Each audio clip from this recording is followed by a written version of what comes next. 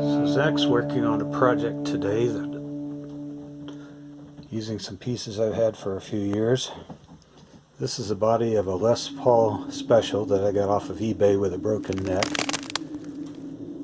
This is the remains of a first act guitar that I've already taken apart and used other parts for.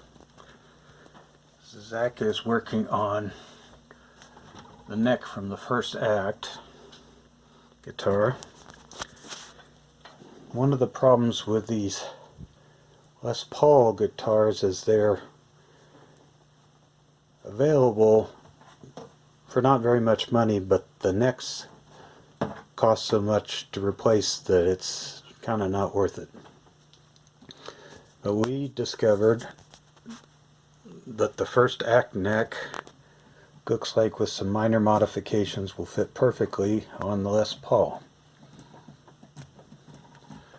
So Zach is working on our modifications.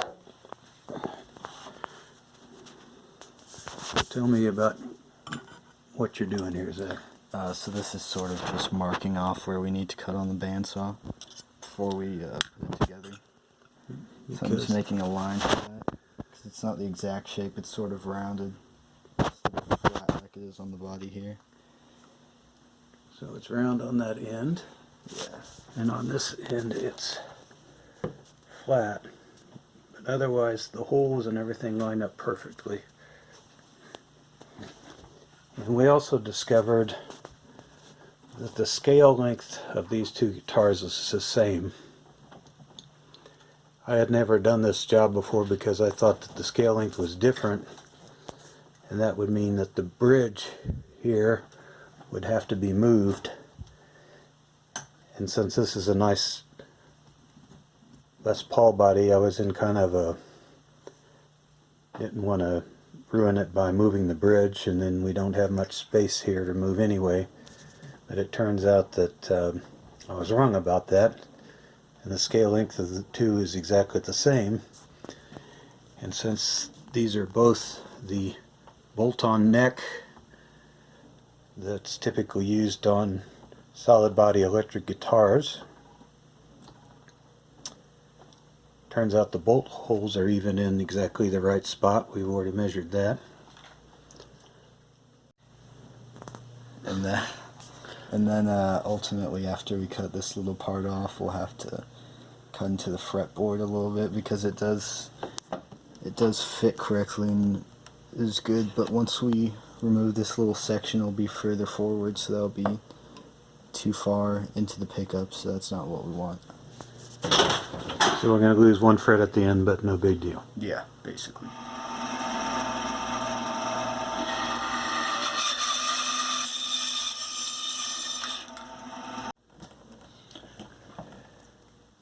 See, look pretty good so far. Yeah. So we have to file off our corners, right? Uh-huh. Basically on both these sides, because this is sort of a, it's not just straight across, it's a bit rounded on the sides.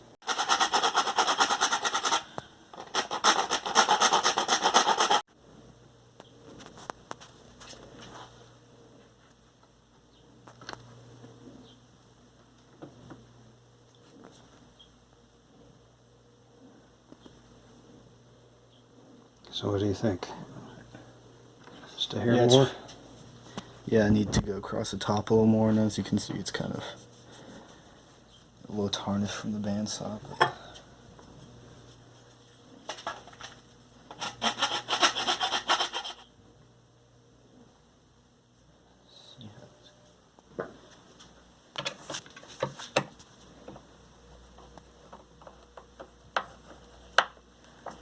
So it looks like the shaving work that you did is going to work for us. Yeah. So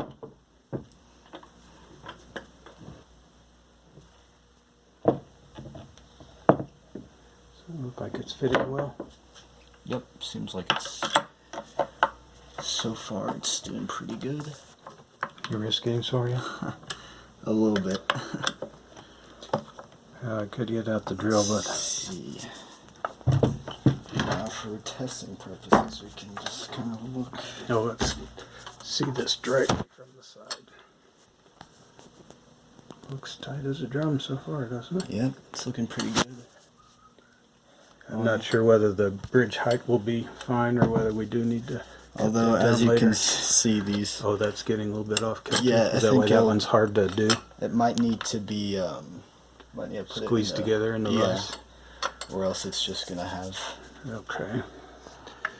So we had to back out a little bit, put on some C-clamps to make sure everything was straight, and go back to putting in screws. Yeah, but everything basically fit together, so it all worked out. So we're backing this one out a little bit because it didn't seem to be going in straight.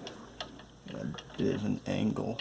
Okay. The screw's almost perfectly tight and taking off the clamps. Yeah, so now we just want to kind of line this up so it looks a little better. And then that's the satisfying part where all the screws sort of figure themselves out. And then this one a little less than what we'd like, but for our purposes it's actually not too bad.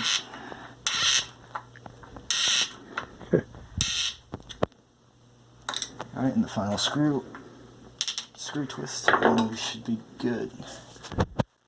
So then we see there's almost no gaps any along the side, which we wouldn't want. Anyways, doesn't look straight. I guess it can't help but be straight. We'll find that out when we put strings on. Uh-huh. We decided to clean it off afterwards, which we could have done before, but think about it.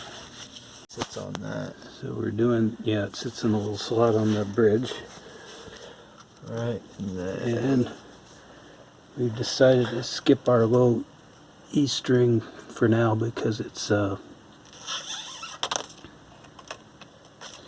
a tuning peg that's we're just kind of doing a height test. so yeah, we just figured out that it's sort of, this distance is closer to the actual guitar than this part is, so that's kind of what the problem is, because then the string is resting against the frets instead of having a bit of a gap between it like we would like. Alright, so we've been putting the strings on, starting with the highest strings, because the nut up here is kind of needs to be adjusted because this is carved too deep, so it's not going to work, or else we'll get fret buzz like we have on this. But these aren't carved as deep, so they're basically working. So we're just about to plug this into the amp right now and see if the internals are working, which they should be.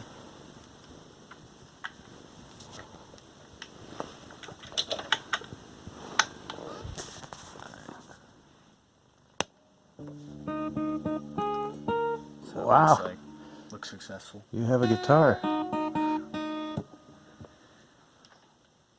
Alright, so that's what we like to see. And then you can hear the fret buzz. A lot of heavy distortion too. Maybe take out the distortion setting on the amp.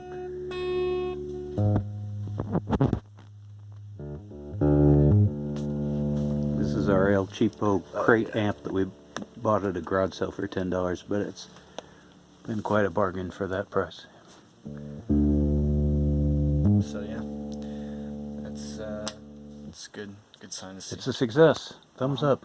Yeah.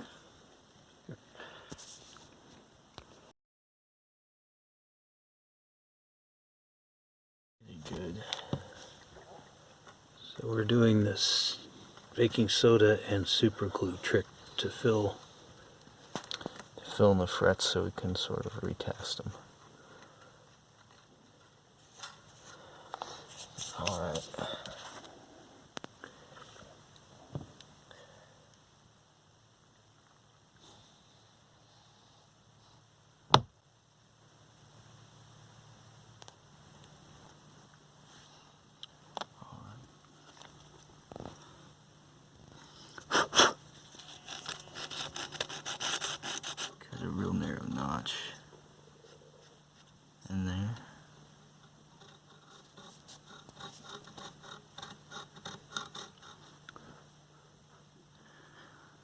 like even that seems about the perfect. We'll use the sort of use the A string to test it. Yeah, that seems about good. Yeah, this notch might need to be redone.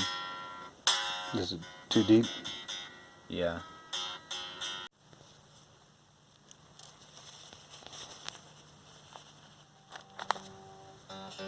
No more fret buzz.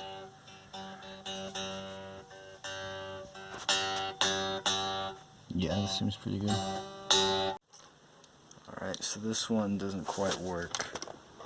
So we're just taking it off. Like the mechanism inside is messed up somehow, so we gotta find a fix for that. Something stripped out? Or is it? Let's see. It's hard to tell without comparison, but you can see how it's just not really. It's not grabbing. Not really, it just feels loose. So it looks like the basic problem with this tuner is that these two side pieces are kind of loose. I think I can put those in a vise and push them down a little bit. So we'll try that. So here's our vise. I've got it with some wood piece. Kind of clamping it in. Heard something crunch, that might be just the wood.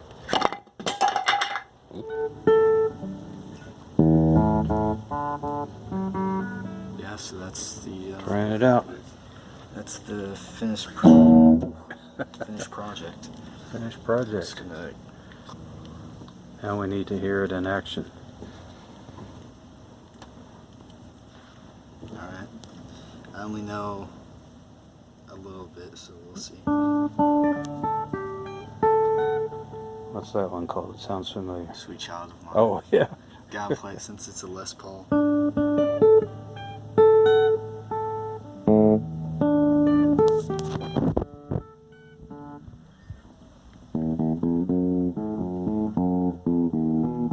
Here, we'll try a little crunch with this amp, even though it's a...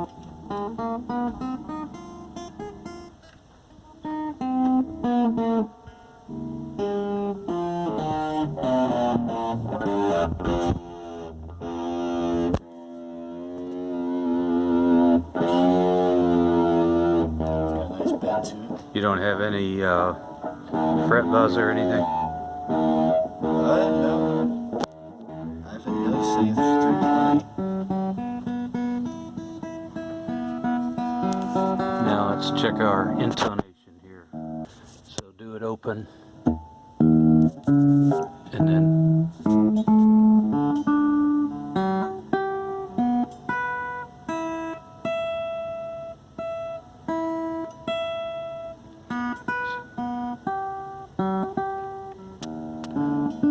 So that could maybe use a little bit of tuning, but it's reasonable.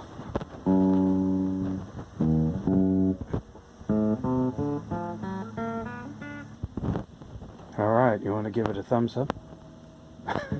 And a smile?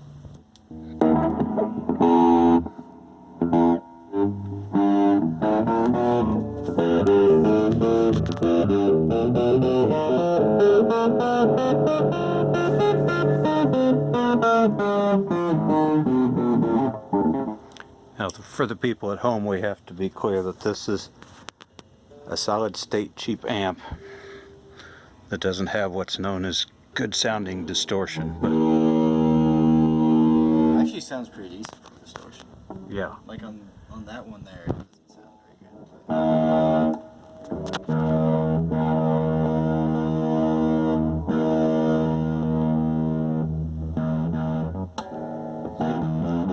Seems like we got a lot of sustain there. It's got the different modes, so it's a bit more clean distortion. It's got rhythm.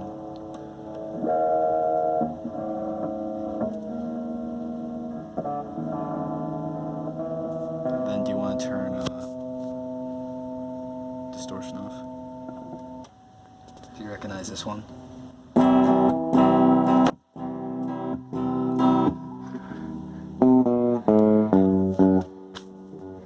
Proud Mary.